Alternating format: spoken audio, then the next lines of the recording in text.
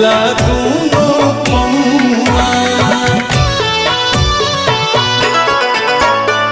घूम घूम सबका से मांगे ले भिखिया, लापर में डाली सब देला सिसिया।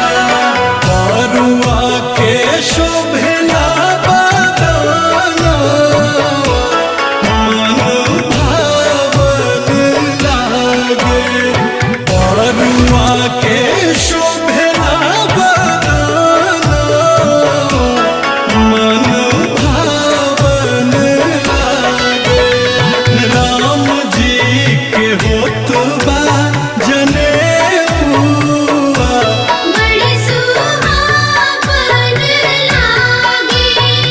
राम जी के होत बा जनेऊआ।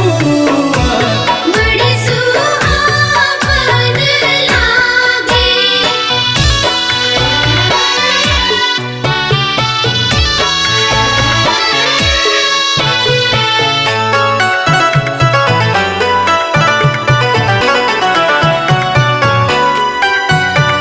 हाथवा परास छड़ी, गले मृग छाल जी। काशी के राह धैले बारे हमर लाल जी। सभवा बैठल राजा मने मुस्काले। झोली में कौशल्या जी हीरा मोती डाले। घुंघरू मातल नयना, बड़ी लोभावन लागे। रंजित मातल नयना, बड़ी लोभावन लागे।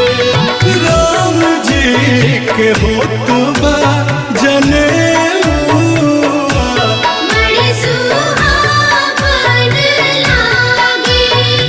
राम जी के होत बा